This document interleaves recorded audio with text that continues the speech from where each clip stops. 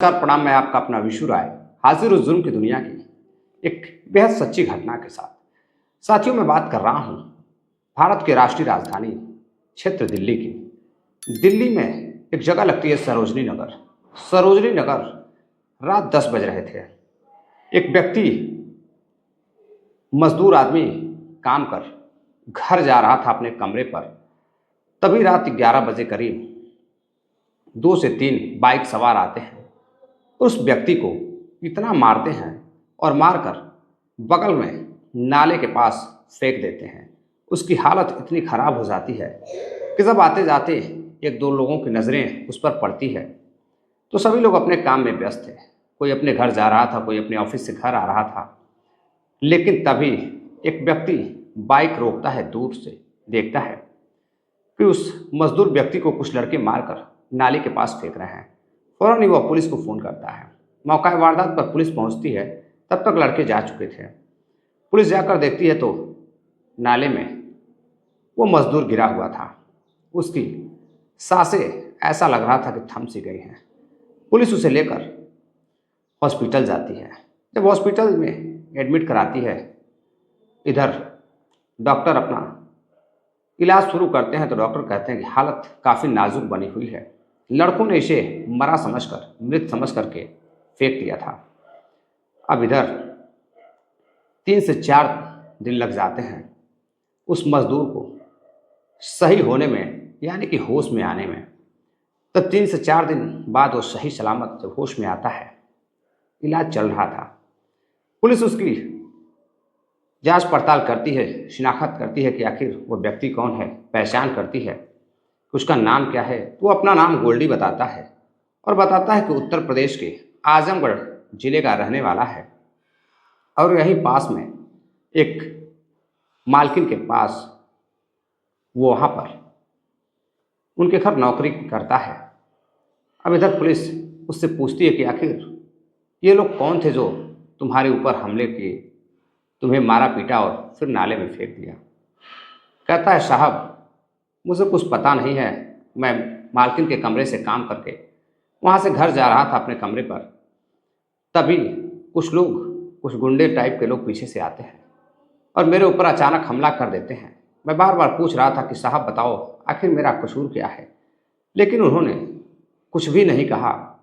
सिर्फ एक ही बात बोल रहे थे कि तुम्हारी यही सज़ा है और तुम जिंदा रहोगे तो फिर लोगों को परेशान करोगे, तुम्हारे मरने में ही हमारी भलाई है। उन्होंने मुझे इतना मारा कि मैं बेहोश हो गया तो वो लोग मुझे मरा समझकर छोड़ दिए। अब किसी तरह जब वो होश में आ जाता है, पुलिस अब उससे जब पूछताछ करती है तो उसका कोई दुश्मन था नहीं। अब वहाँ आसपास लगे सीसीटीवी फुटेज को पुलिस खंगालती है तो वो जो लड़के थे 3-4, उनके बाइक का नंबर, क्योंकि वो हेलमेट लगाए हुए थे तो बाइक के नंबर से पहचान होती है।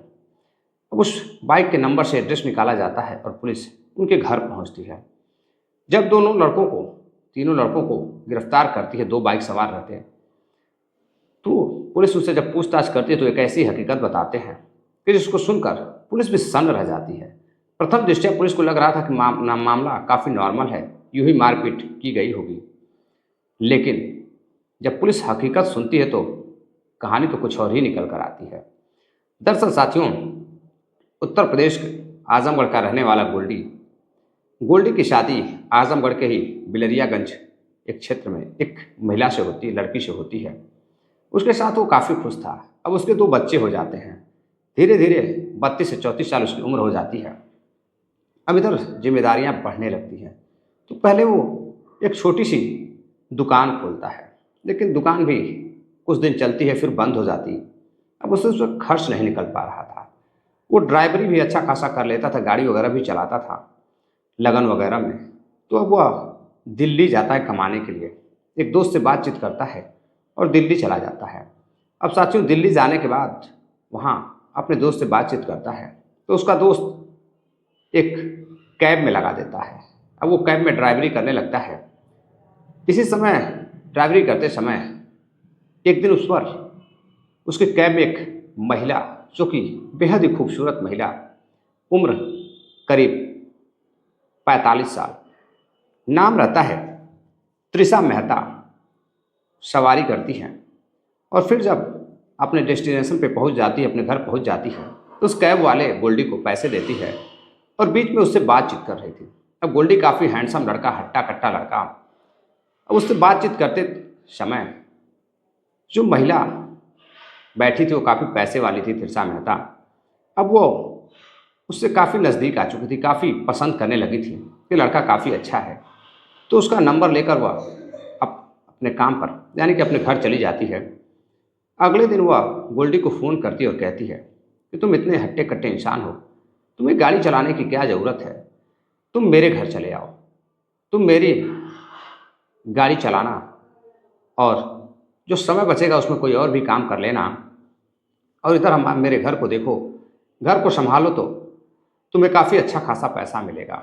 इधर गोल्डी के मन में लालच आ जाती है कि घर पे कमरे पे खाना बनाना पड़ता है, तमाम समस्याएं होती हैं। अगर इस करोड़पति मालकिन के घर में चला जाता हूँ तो इसकी ड्राइवरी करूँगा, ड्राइवर बनकर रहूँगा और घर का काम धाम देखूँगा, तो मुझे 2 वक्त की रोटी भी मिल जाएगी और इधर खाने पीने को रोटी तो मिलेगी ही मिलेगी, पैसे भी अच्छे खासे देने के लिए वो महिला तैयार थी। अब इधर त्रिशा मेहता के कहने पर वो उसके घर चला जाता है। अब त्रिशा मेहता के घर में उसका जो पति रहता है वो व्यवसायी रहता, काफ़ी बड़ा व्यापारी रहता कपड़े का। कभी मुंबई, कभी दिल्ली, हर जगह वो घूमता रहता था। घर पर काफ़ी कम रहता था, काफ़ी अच्छा खासा पैसा, गाड़ी घोड़े, बंगले, सब कुछ। उसकी एक इकलौती बेटी थी जिसका नाम नेहा रहता है। नेहा की उम्र 19 साल रहती है। नेहा भी पास के ही एक कॉलेज में पढ़ाई कर रही थी और काफ़ी अच्छे उसके दोस्त, पढ़ने में भी तेज़ तर्रार रहती। कभी दोस्तों के साथ इधर उधर घूमती थी तो कभी पार्कों में जाती थी। अब बड़े घर की लड़की, कई सारे दोस्त भी थे। शाम को जब वो आती है तो देखती है कि एक हैंडसम लड़का उसके घर पर है। अब वो अपने माँ से पूछती है कि माँ, ये लड़का कौन है? तो माँ बताती है कि इसका नाम गोल्डी है, इसको मैंने नौकरी पर रखा है, ये आज के बाद कार से तुम्हें स्कूल कॉलेज लेकर जाएगा, छोड़ देगा, और मुझे भी कहीं जाना होगा तो ये आज के बाद हमारे घर पर ही रहेगा, हम लोगों की सहायता करेगा, हेल्प करेगा और घर का भी काम धाम देखेगा और घर की सर सफाई भी करेगा। इधर लड़की काफ़ी खुश होती है कि चलो कोई बात नहीं है। गोल्डी अक्सर कर अब उसे कॉलेज लेकर जाता था, छोड़ता था, ड्रॉप करने के बाद घर आता था तो मालकिन को भी शॉपिंग वॉपिंग कराने लेकर जाता था। अब इसी दौरान एक दिन मालकिन के सर में दर्द होता है। वो अपने उस नौकर को बुलाती है कमरे में और फिर साथ में बेटी भी आती है। दोनों मिलकर, बेटी मिलकर अपनी माँ का और नौकर अपनी मालकिन की सेवा करते हैं जब वो सही हो जाती है। अब ऐसे ही धीरे धीरे दोनों की नज़दीकियाँ बढ़ने लगी। अब मालकिन उसे इस कदर पसंद करने लगी थी कि वो इतनी नज़दीक आ जाती है कि एक दिन कमरे में अपने नौकर को बुलाती है और उसके साथ कहती है कि देखो एक शर्त है। वो एक शर्त रखती है और शर्त ये रहती है कि गोल्डी से वो कहती है कि देखो, अगर तुम्हें अच्छा खासा पैसा कमाना है तो तुम्हें एक काम करना होगा। गोल्डी कहता है कि मैडम कौन सा काम है, कैसा काम है?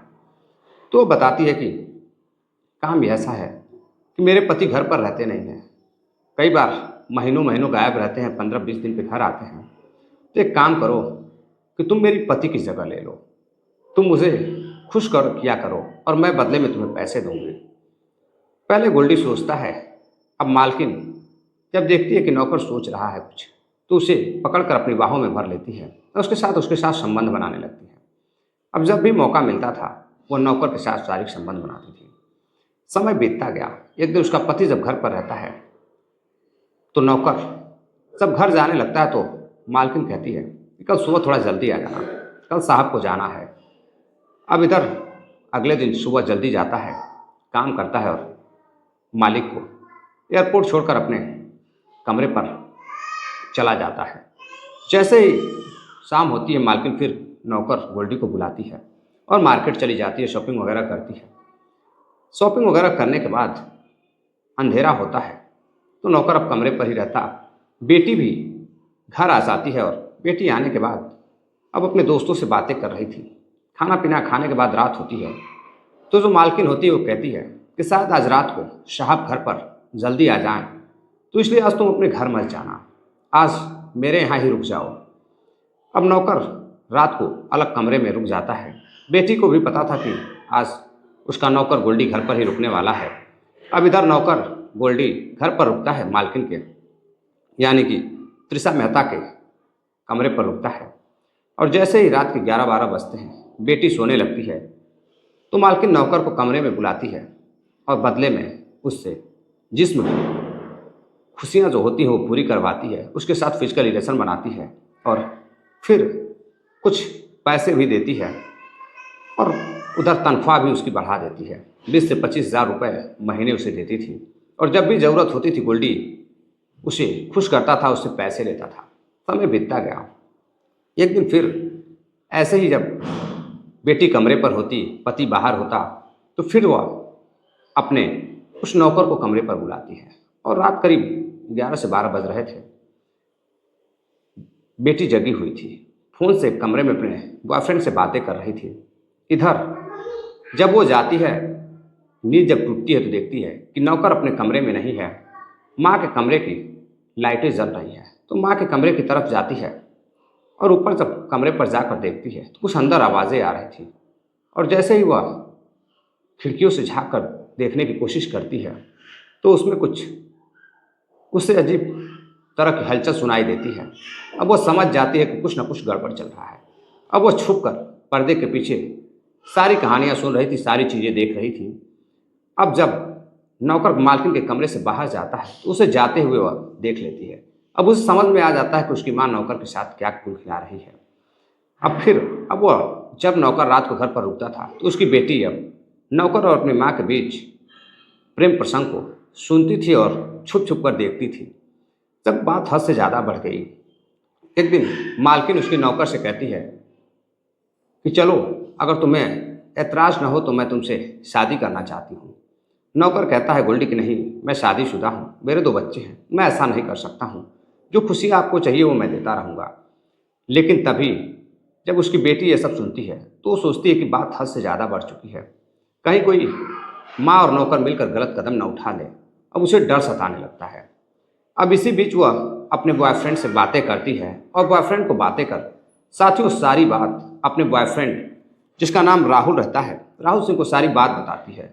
साथियों सारी बात बताने के बाद राहुल सिंह कहता है ठीक है, मैं इसका कुछ न कुछ करता हूँ। अब वो अपने दोस्त अर्जुन सिंह और निहाल को लेकर 3 लड़कों को 2 गाड़ी से रात को रेकी करता है कि उसका नौकर कब आएगा, कब जाएगा। जब पता चलता है कि उसका नौकर घर से बाहर जा रहा है रात करीब 11 बजे, बेटी फ़ोन करने अपने दोस्तों को बताती है कि नौकर गोल्डी घर से बाहर जा रहा है। उसका पीछा करते हैं। जब वो सरोजनी नगर के आसपास पहुंचता है तो वहीं उसकी धुलाई करते हैं, नौकर को इतना पीटते हैं कि उसकी हालत ख़राब हो जाती है और वो बेहोशी की हालत में चला जाता है। नाक, कान, आँख चारों तरफ से उसके खून बह रहे थे। उसे मरा हुआ समझकर वहाँ छोड़कर वो फरार हो जाते हैं। अब पुलिस जब उसे गिरफ्तार करती है उन तीनों लड़कों को, तो वो सारी कहानी बताते हैं। अब इन सारी कहानियों को सुनकर पुलिस भी हैरान थी और जब इसकी हकीकत लोगों के सामने जाती है, पुलिस अब उसकी हत्या करने की कोशिश के जुर्म में लड़कों को तो गिरफ्तार कर ही चुकी थी, अब उस बेटी को भी गिरफ्तार करती है। और जब बेटी को गिरफ्तार करती है तो बेटी भी यही कहानी पुलिस को बताती है, जो कहानी वो तीनों लड़के बताते हैं। नौकर भी इस बात को एक्सेप्ट करता है कि उसका नाजायज़ संबंध उसकी मालकिन के साथ था, क्योंकि कई सबूत उसकी बेटी के पास मौजूद थे।